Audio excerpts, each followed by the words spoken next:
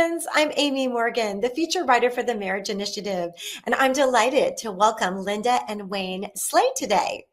The Slays are relationship coaches, missionaries, speakers, and authors of hashtag Marriage Takes Work, a 6-week journey to reconnect with your spouse. Wayne currently serves as senior pastor of First Baptist Church in Josephine, Texas. He's also a certified mental health coach through the American Association of Christian Counselors with extensive studies in marriage and family ministry. The Slays have led hundreds of couples to re-engage in congregations across North Texas, Oklahoma, and Southern Arkansas. Linda and Wayne, thank you so much for being here. Well, you're welcome. Thanks for having us.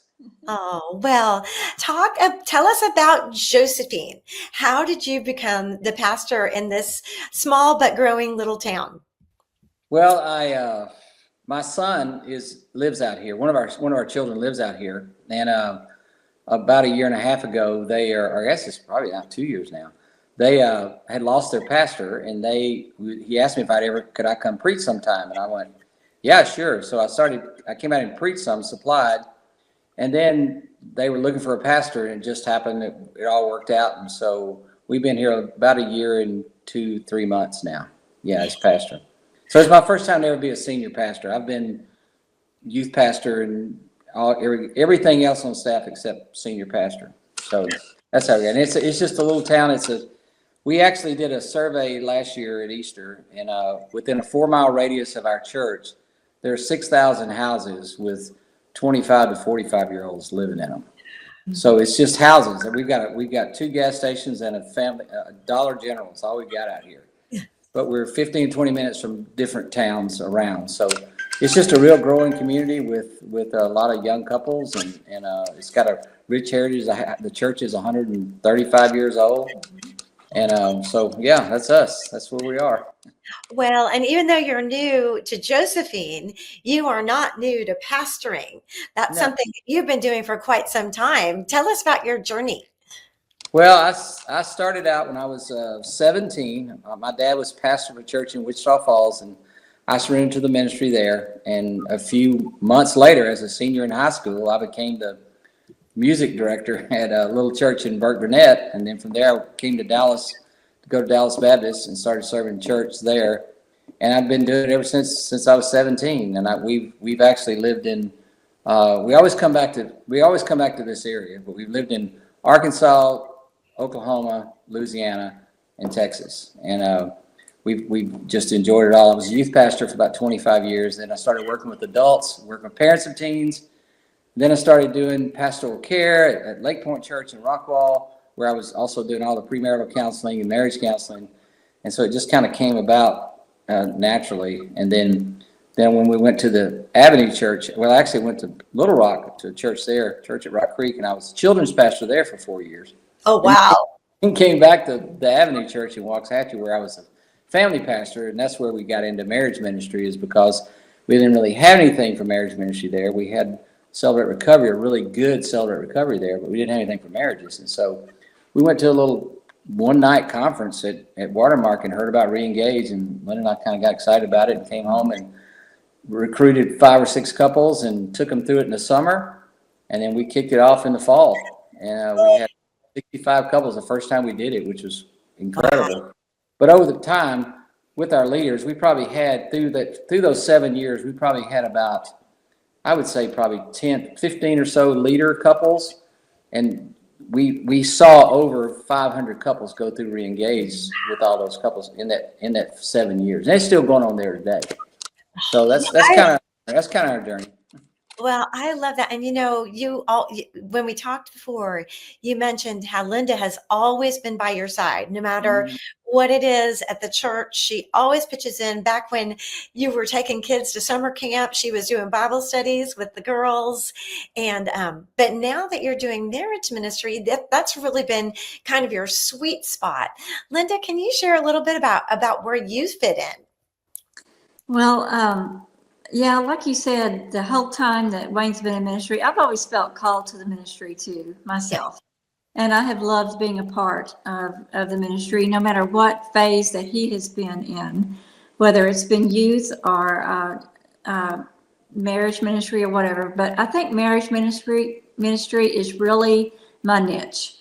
I just love it. I love seeing couples, whether they're on the verge of getting a divorce, whether they're in the going into the re-engaged classes with a good marriage and just wanting to make it better, whatever state or condition their marriage is in, when they start these classes, I love being a part of it and seeing their marriages grow, seeing the crisis that they may be in, and seeing them come back together and love each other and their marriage restored. We've seen miracles happen. And to me, that is just, I just love it. And I really think that is where God has placed me. I mean, I have developed as a person in that ministry myself. Wayne and I have learned things about our own marriage, taking these couples through this marriage ministry. And I just absolutely love it. And I just, that's just something that I feel God has called me to. Yeah. And it's just something that I feel energized and enriched in. And, it's just something that I hope to continue doing. And we're hoping to start that in our church now. Since we haven't been there very long, but we're hoping to launch that in January in our church that we have now. That's so wonderful. And that's what Wayne was saying, that you guys really complement each other in your strengths, that he's great with the exhortation and you have that gift of mercy and tenderness. And even when you're counseling with couples or working in small groups, Wayne, talk about how you guys work together like that and bring your strengths. I think if you knew Linda's very shy. She's very introverted. Like, she's really uncomfortable right now. Even, that's just the way it is. I'm a friendly. Yeah, it doesn't matter. So when we first started doing Reengage together, I just kind of watched her in a small group because I was afraid she was just going to sit there, but because it's something that she's passionate about, she really, got involved. And so we were taking a couple through Reengage. It was actually one of our staff members at the church, and we're doing it one-on-one with them. And the first week she couldn't be there. And so I asked the questions, and everything. And the next week we came back and I said, all right, let's talk about what we talked about last week. Let's catch Linda up. And we talked about it. And Linda says, well, let me ask you a question. So she asked this question and the guy goes, oh, I see what you do. You ask the follow-up questions. And she goes, yeah, because Wayne doesn't ask enough questions. And so that's kind of how we compliment each other. I mean, she's when she says something, it's pretty powerful. So they listen. And of course the ladies, they love her because she's just lovable, and the guys tolerate me because we're just guys hanging out. But we really do. We work good together. And I've watched her kind of blossom as a speaker, as a, just on stage. She's more comfortable on stage now than she used to be a long time ago. And she can talk about her story, talk about our story without, it's been cool to watch what God's done in her life also. Oh, I love that. Now, what you talked about coaching, when you sit down and you coach couples, because that's one of I think the beauties of where you are right now in Josephine. You are you are a grandfather. So you are a grandfather but you're that figure, you've been around the block a couple of times, what works, you've counseled couples. So one of the things, you kind of put them at ease, right? What do you tell couples that come in that, maybe they've never even thought about seeing a pastor or a counselor? Well, they need something. Yeah. One of the things I think that, most of the time when couples come in, they're mad at each other when they get there. And so I have a love seat in my office, or I had a love seat in my office. I didn't want a full-size couch because I wanted them sitting closer together. And so it's kind of like I always tell them, I says, okay, I can tell y'all are mad because you're sitting as far away as you can on this love seat. And it's always fun to watch them when they come back the third or fourth time. They're sitting next to each other and they're close, So that's how I can tell I'm making progress, because y'all are sitting closer. But basically we just, they'll say, well, I know you probably haven't heard this. And I said, well, not since this morning, because what most couples don't understand is we all deal with the same things. Just about every couple deals with the same issues. And you got guys that okay, they're stupid sometimes, and then you got ladies that are they're very emotional, and you just kind of see it's not hard to diagnose the problem usually, and it's always amazing when they go, God, I can't believe you've been reading our mail. I'm like, no, it's just we learn in the classes, the re-engage that we teach. One of the things it says in there, it says your marriage is not unique. Yeah. Your marriage is not unique. The issues you deal with, everybody does. Lynn and I deal with them, and that's one of the things that we do to help them say, look, we struggle with this too, and I think that puts them at ease. But just to know that, look, you're not going to tell me anything I haven't heard, Yes. That's only happened one time, and now I've heard that, so that doesn't matter anymore. And that was a doozy. But anyway, I mean, it's like I don't know. That's what I tell people, and for me, because my gifts are in exhortation, I'm going to speak the truth in love, and so I always tell them, look, I'm going to tell you the truth, but you need to know I love you. And I've had couples say, I can't believe they come back. I've actually told couples, I can't believe you want to come back and see me after the last session. And well, no, you told us the truth, and so I tell the truth, and then Linda tampers it. She comes back and says, well, wait, let me say, she kind of calms it down. But that's just, I have a professional licensed counselor friend of mine that we were talking one day, and she said, she was asking about this couple that she had sent to me. They would send me the couples that couldn't afford the counseling, so they'd send them to me. And so I was talking to them, and she goes, so I said, well, I told them this. She goes, you told them that? I said, yeah. I said, because I don't want them to come back. I said, I want to help them so they can, And I said, I know you want them to come back because that's you're a professional counselor, And she goes, yeah, we can't tell them that. I said, well, I can because I'm a pastor for one thing. And so I think that's part of it with us is we're both very straightforward with couples when we realize what the problem is. And we're like, look, if you want to do what and I tell couples all the time, if you'll do what I tell you to do, I can help you. But if you don't, and my first question when couples come in where they've had affairs is, are you committed to one another? Are you committed to this marriage? And if both of them say yes, I say, okay, we can help you. If one of them says no, I said, I don't think I can help you, And so it's just kind of that honesty that I use with people. And Linda, she's the mercy to cover up the honesty, kind of thing. So that's kind of how we do it. That's kind of how we make people feel comfortable. Well, and when you were saying, you mentioned couples that had affairs, like we talked about, you have this millennial population around you, and they're really kind of lacking, and you are their role model, and Yeah. so tell us a little bit about, kind of what you see with this group, and then how you move them forward a little bit. Well, Lynn and I decided one year that we wanted to take a group of couples through Reengage, and we wanted them all to be in their 20s. We thought, let's do a young couple. We can just pour into them. And we thought it would it'd be really easy. We thought this would be an easy semester because they'll learn. They'll just listen. Well, we had five couples, and four of them had affairs, and they were in their 20s. And it was one of the roughest. It was one of the toughest groups for us that we've had because they were dealing with such incredible issues. And so we're not cynical, but we're very realistic with couples. We pretty much assume the worst now, As a matter of fact, I've got a Oswald Chambers quote in my office that I keep invisible. It says, there's always one more fact about every situation you don't know. Yeah. And so I always have that. When they get through telling me their story, I said, okay, read that quote over there and tell me what you're not telling me. And they'll say, well, okay. Has there been any affairs?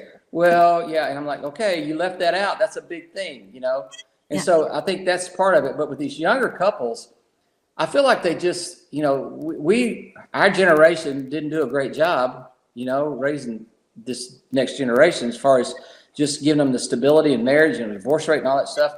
And so we really do look at ours as, we really are kind of and they probably wouldn't want to say this, but we feel like a father figure to some of them because a lot of them come out of broken homes. They come out of messed up marriages, and they're working at it. But a lot of them didn't have the model to know how to do it. So, and they're teachable. We found that they're very teachable. Yeah. It's funny to me. It's always fun to us to see the light bulb go off, And they'll go, never thought, like somebody else, I said, look, you should not have said that. And they'll go, well, what do you mean? I said, you should not have said that. That was dumb. And they'll go, I said, next time, don't say that. And of course, their wife's like, yeah, don't say that. And we're like, okay. So they learn from that, and their marriage gets better. And what we found too is they're wanting role models. They're wanting to see that there's hope in for a stable marriage, and marriages that can last for like 43 years, like ours have, because they didn't grow up with that. A lot of them didn't, and they want to know how to do it. Yeah. And so they see hope in marriages like ours. And they want to know that, we don't have, our marriage wasn't perfect. And they want to know that how you can get through those difficult times and have a marriage that lasts that long, because they didn't grow up with that. And so, it's fun to feed into these couples and to give them hope. And to let them know that their marriage isn't going to be perfect, and there's ways to overcome these obstacles that they're going to have, and there's right ways to do those things. And I think the other thing is too, the tools that we can give them, they work regardless of how bad your marriage is. That's what we've always said. That's the reason we wrote in the book, Marriage Takes Work, because marriage is hard. Yes. But once you figure it out, it's really not that hard if you just keep doing the right thing over and over and over. But for most people, they say, our marriage is just so hard. And we're like, why is it hard?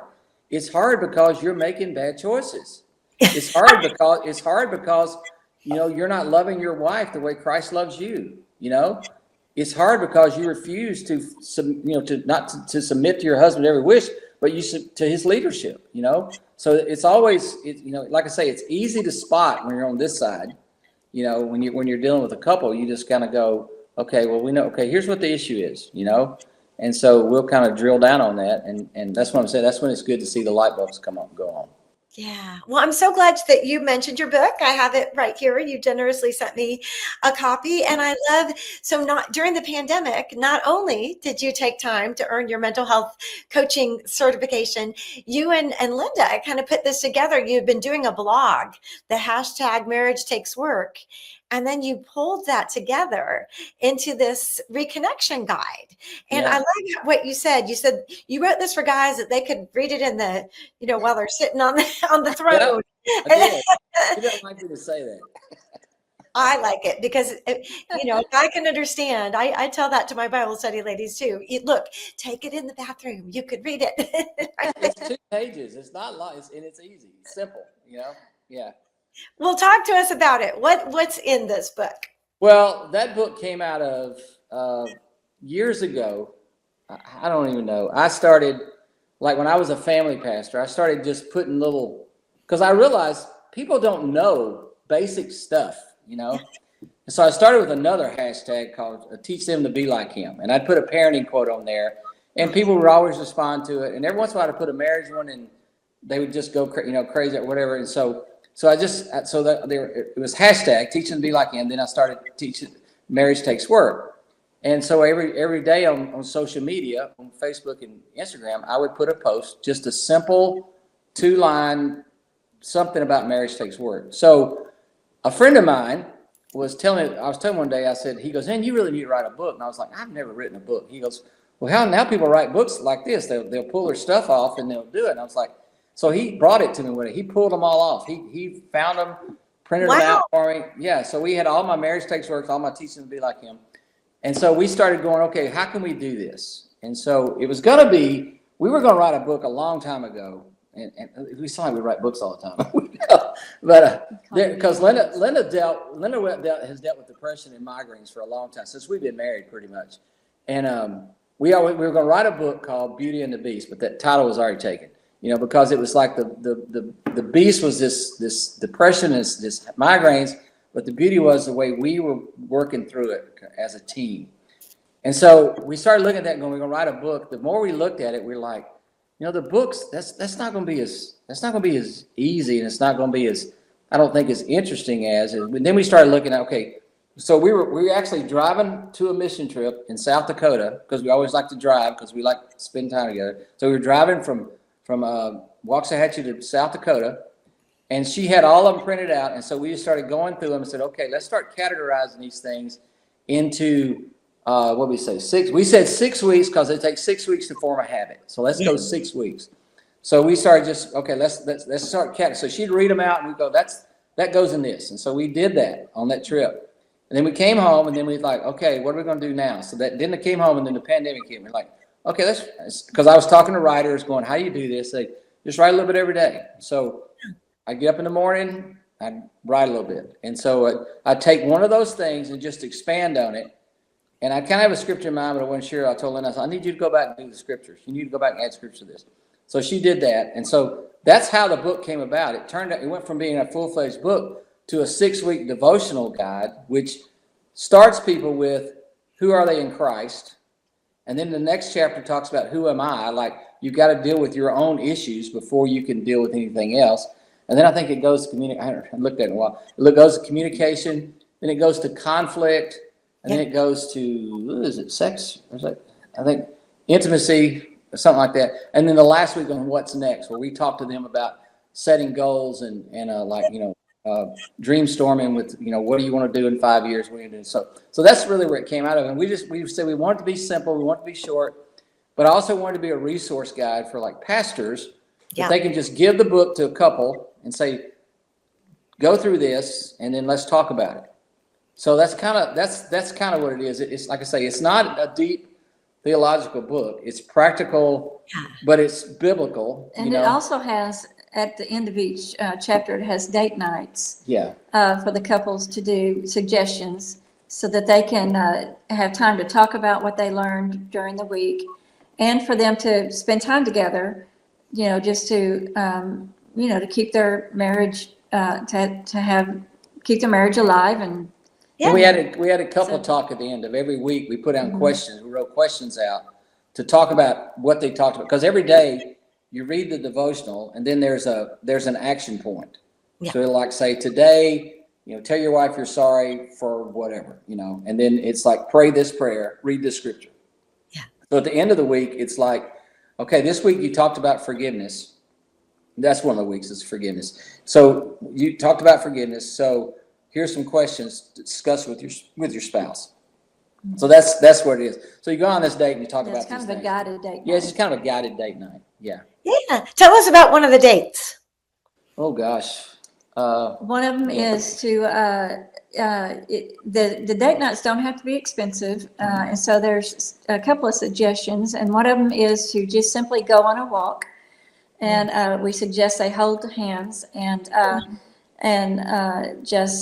this is without the children if you can, and just hold hands and discuss what some of the things that you learned during the week, and you're not allowed to argue. You're just encouraged to discuss. One of them is going to a restaurant hop. I liked that one. I thought explain what a restaurant hop is, because I thought that sounded like fun. It's where you go to one restaurant for an appetizer, another for the dinner, and another for a dessert. And then you spend that time too. And restaurants are a good place to go to discuss marriage issues, because hopefully you'll behave yourself, and you won't get elevated in your arguments or anything, and you're going to act more civil, hopefully. But you said even in the book that the restaurant hop, you could even go to like 3 different fast food places. Yes. Yeah. Your French fries one place, or your tater tots, and then your. Yeah. We didn't put anything in there. Like there's no movie nights in there, because movies are terrible dates for couples that are struggling. Now we enjoy movies because we talk all the time. We talk on the way we're there. By ourselves, but we don't encourage. We don't like it. We don't like for couples that are trying to work on their marriage to go to a movie because they can't talk. They won't talk. So I mean so there's nothing like that in it. But they aren't expensive. They're all like one of them's have a movie night at home where you put a blanket on the floor and put a movie on, and you just have dinner on the floor, just something like that. They're not expensive. They're just ways to help you connect with your. That's the whole goal of the book, is to reconnect with your spouse, Yeah. because couples never drift apart on purpose. They drift Right. apart very slowly, and then they look up and go, "How did we get here?" So this book takes you through 6 weeks. By the end of the 6 weeks, our goal is for you to be reconnected.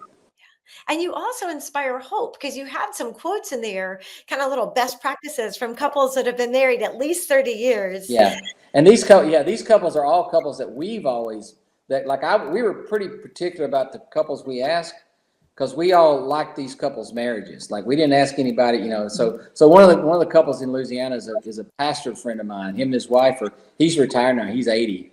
But him and his wife, they were our parenting mentors. Yeah, they were mentors of ours. So we just sent them all a deal and said, "Would you do it?" Then one of the couples in there have been married for 85 years. No, 55 years. 55 I years. was going to say 85 No, years. no. Wow. 55 years. But we would always have them come to our re-engage when we had a panel night, Yes. and let them tell their story. And their story is just cute as it can be. It's funny.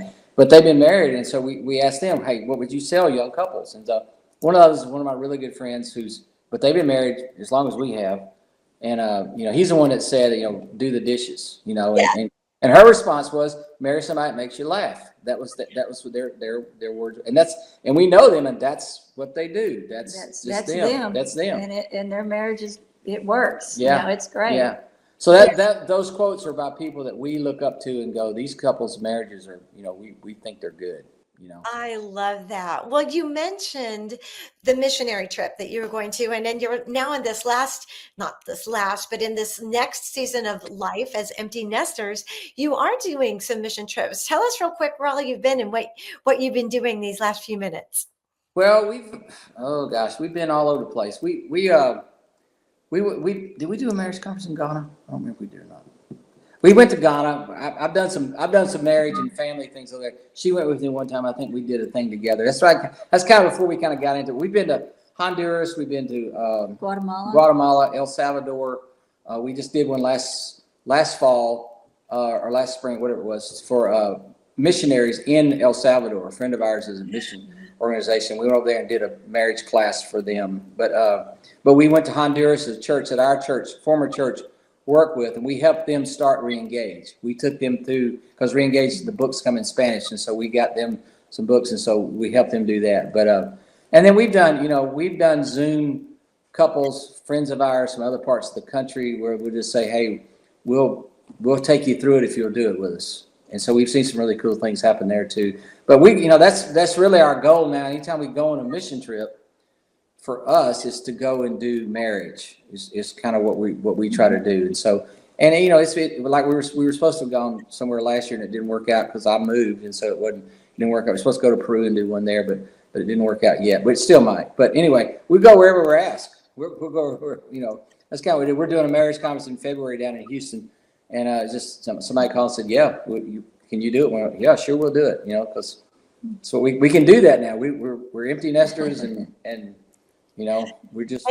And you've left a legacy, right, with your 3 boys. They're all involved in some way. Our 3 boys they're great kids. They've 2 of them have really good marriages. One of them just went through a divorce, unfortunately, but it was kind of, it's a long story. We won't get into it, but yes, they do model in their marriages. That's good. Now they're not, investing in other couples yet.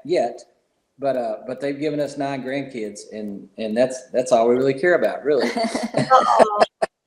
And so, yeah, so that's yeah. So they know they know all about what we do, and they know it, and we really were conscious of modeling our marriage, because neither one of us had really had a great model. My dad was a pastor for 40 years, but my parents divorced when they were 65.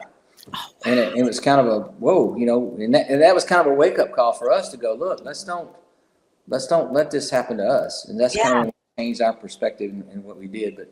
But anyway, yeah. So that it's we're still having fun. We're still doing it. Well, I can't think of higher praise than your son asking you to come pastor his church and his community with his friends. And So, he was our prodigal too. That's another thing. Yeah. He was the one that caused more gray hair than the others. And now Yeah, he's, but yeah, we are so proud of him now. Yeah. He's yeah, and he was very instrumental in getting us Yeah. to this church. And he's our sound guy on Sunday. yes. Oh, I just love that. As the mother of two sons, the thought of having that connection coming back full circle just makes my heart happy. oh, yeah, Yeah. it's wonderful. Yeah. It Oh, is. well, Linda and Wayne, thank you so much for being here. Your no nonsense approach to coaching couples and leading your little flock is so inspiring. Thank you. Well, thank you for Thank you having for us. having us. We enjoyed really it. appreciate it. Well, Marriage Champions, if you'd like to learn more about Wayne and Linda, you can always find us at marriageinitiative.org or marriageresources.org.